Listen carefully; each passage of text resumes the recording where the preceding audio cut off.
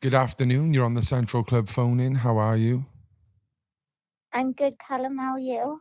I'm good. Can you tell me your name and how far away you are from Central? My name's Kirsty, and I'm up in Pontypool. Pontypool, but Yeah, nice, lovely part of the country. What are you yeah. calling today? Well, we met in Pill, didn't we? Yes. We Originally, you remember? in work, yeah? Yeah, I and remember. I just wanted. I was like explaining to you that, like, I just want to share, even if it helps one person or somebody relates to it, it's worth it in there. So Yeah. if I can, if I can do that, I just want to do it as much as I can, really. Yeah, definitely. And that's why we're here. That's what we do at the Central Club. So hopefully, you can inspire or make people think with what you're about to say. Kirst, you got 15 minutes to tell us your story. Where do you want to start? Well, I won't start from the very beginning because Okay. that'll take a long time. Okay. But my problems were with alcohol, coke in the end, then as well, and like prescription drugs Okay. or anything that I could add opioids in it that I could get a high off. Um, my first drink was when I was 12, and it was a baby sham. Nice. I remember those. But even then, right, I can remember my family had a great upbringing. There was no addicts in my family Mm. apart from me. And my cousins and nobody liked the taste of it. Like all the kids were bought a baby sham. And I can remember they left them on the table in the clubhouse. And I went round and I finished everybody's baby sham. Wow. And that You was when I go, was girl. like 12, yeah. So from then, obviously, like going through my teenagers years, I just drank to blackout um, every every weekend, Mm. and then it's like the weekend started on a Wednesday then, and it just got worse and worse. And I think I drank alcoholically from the start, but when I was about 22 was when it really began to be a problem. Um, and I was working quite a high pressure job in recruitment. And I figured out I could get home before the shake started and then drink till about 3 or 4 in the morning because I was on call anyway. So Yeah. I'd be on call through the night, get up, drive to work over the limit, which, I thank God I didn't hit anyone. Um, do a day's work and do the same every single night. Um, for 20 odd years. I think I got sober when I was 41. Wow. I had 2 kids in my 30s and I drank Mm. through my pregnancies, which I'm not proud of.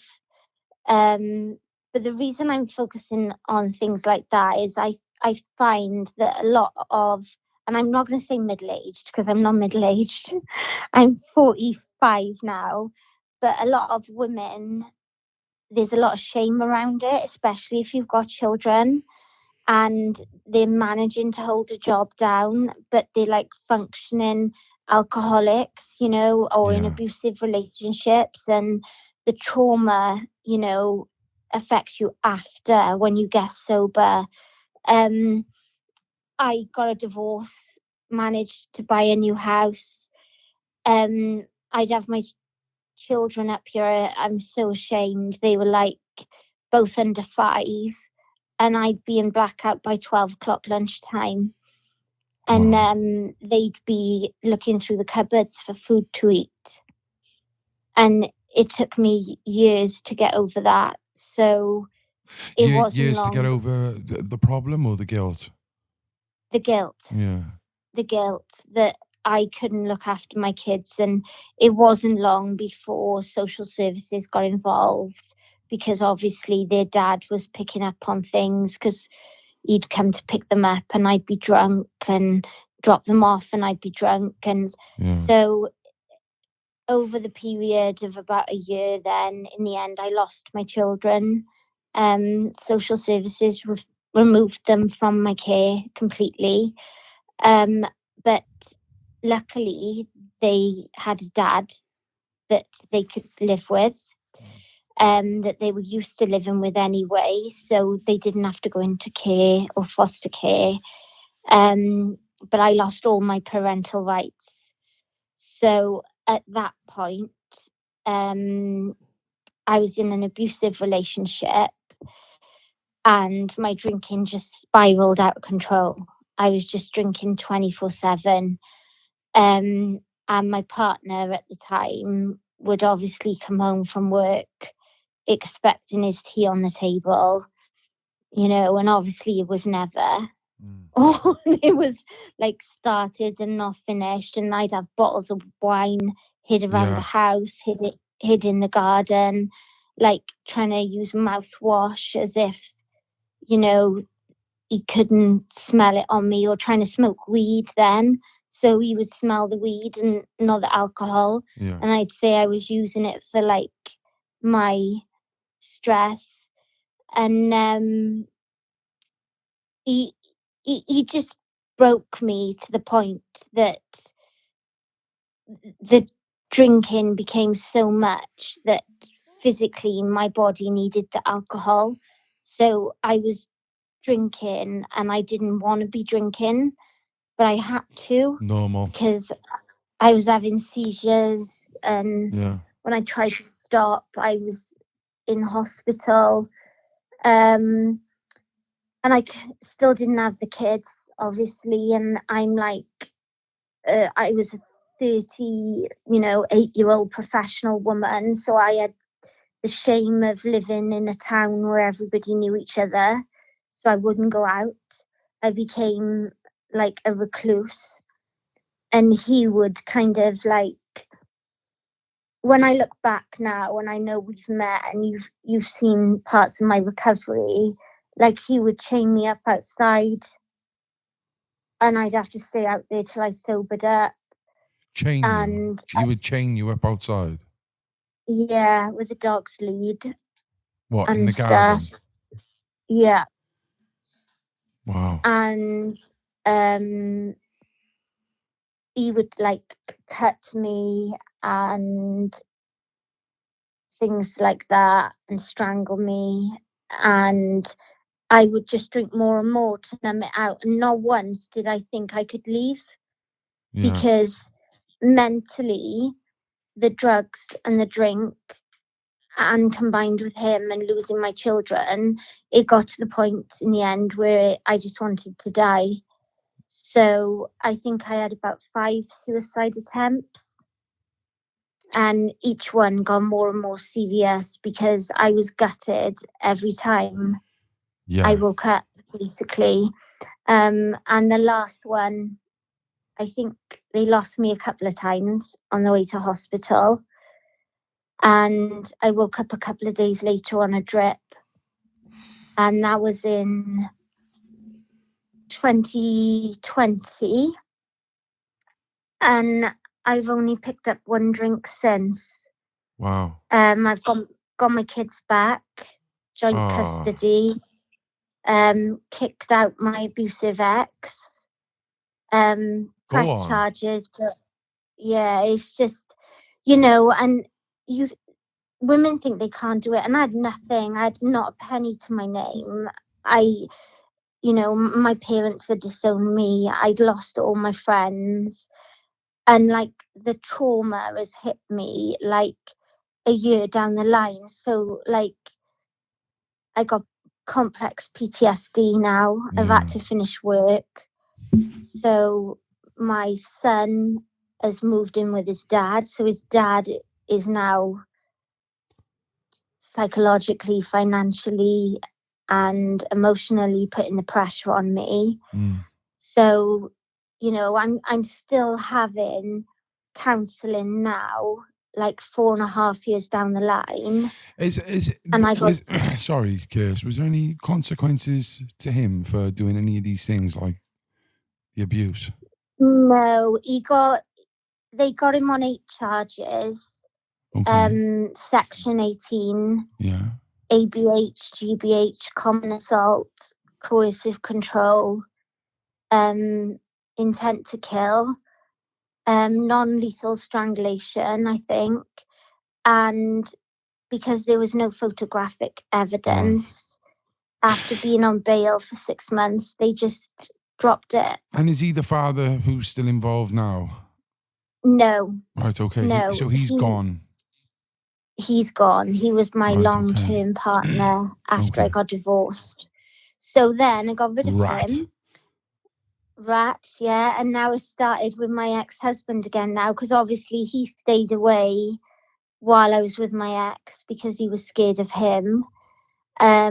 So now I've lost my son at the moment. He's gone to live with his dad, and his dad is like alienating me, telling my son stories about when I was drinking and things like that. And I was having seizures in work, so I had to leave, and it was from PTSD and stuff. But what I'm saying is like, you just got to keep going, you know, just like keep moving forward. Yeah. And it's like, I've sat with women and they said, I can't leave him, I got nowhere to go. And there's always somewhere to go. There's always somewhere to go, yeah.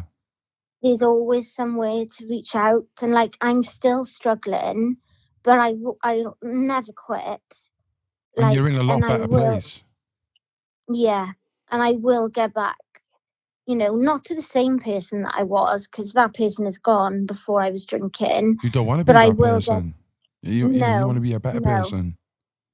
I'm much stronger now.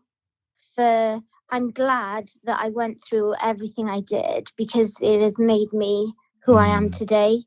And the empathy that, like, you know, I still see some of my ex-clients, and I can sit down and chat with them in the bus station in Newport, because I couldn't drive, you know, obviously. And they're good people. And there's so much judgment around, and it's just like, I just want to open people's eyes to just be a bit kinder, because you don't know, you know, that could have been me led on the street like 4 years ago, if I'd been locked out overnight, pissed, bleeding, you know, and now that's somebody else. And women have a lot of guilt and shame, especially around losing their children.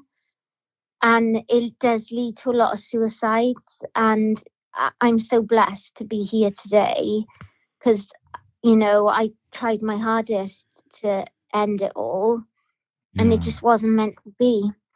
So now I just want to, like, say to women that, you know, he took my bank cards, my house keys, he locked all the windows. So I would break the glass in the back window to climb out, to get out during the day, you know, to try and get away. And in the end, you get strong enough to leave. And if there are any women, you know, and they're not getting any luck through organisations and stuff, they just need to reach out to podcasts like yourselves, and you can put them in touch with people that have been through it. It's like lived experience, you know? Yeah, lived experience is massive, as you know, Kirst. We met through that.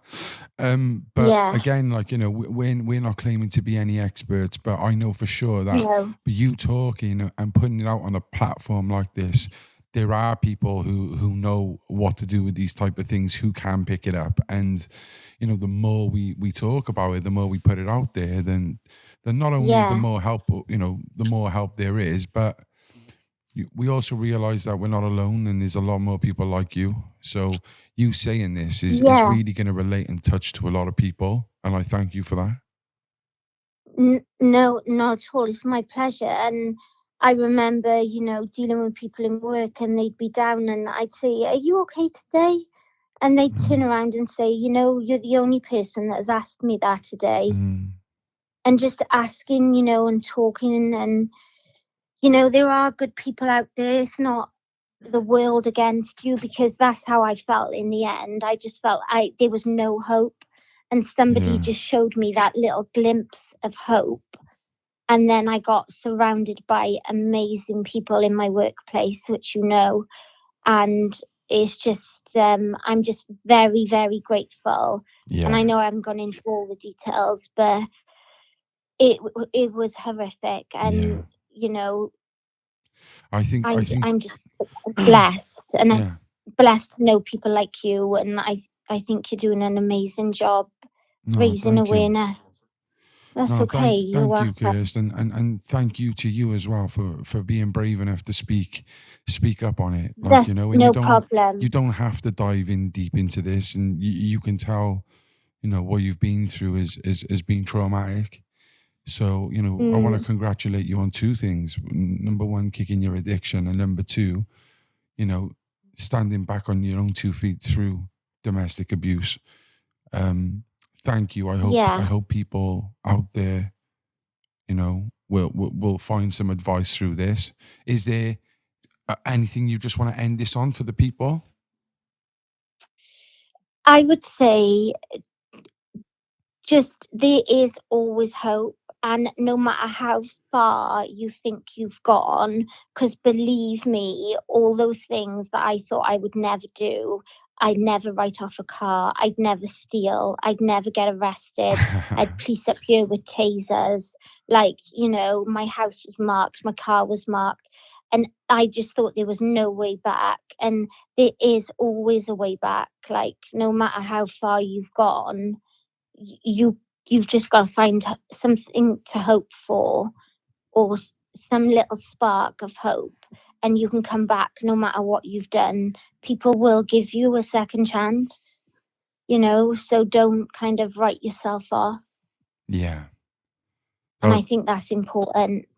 it is important. And again, Kirsty, thank you so much for sharing your story with us. If you ever need a chat off the camera, just message me. And yeah, I hope people really resonate with this. You know. Yeah, thanks, Callum, and yeah, well done on what you've achieved so far. Oh, thank you so much, Kirst. I'll speak to you soon. That's Okay. okay. Okay, take care. Okay. Bye. Bye. Bye. Wow. What a sweet angelic voice she got, isn't it? Like, yeah, to hear her voice and you know, here to go through all those things and how I can still have a voice like that is sad, man. And it can happen to anyone, because when I first met this person, you wouldn't think it looking at her, like, you know, very well presented. You could see the trauma in the eyes and that, you get me? But yeah, deep stuff. But if there's anything to learn from that, again, it's not just me who goes through this and comes out the other side. How many people have we spoken to today who's gone through this stuff? It's really inspiring. And thank you, Kirsty, again.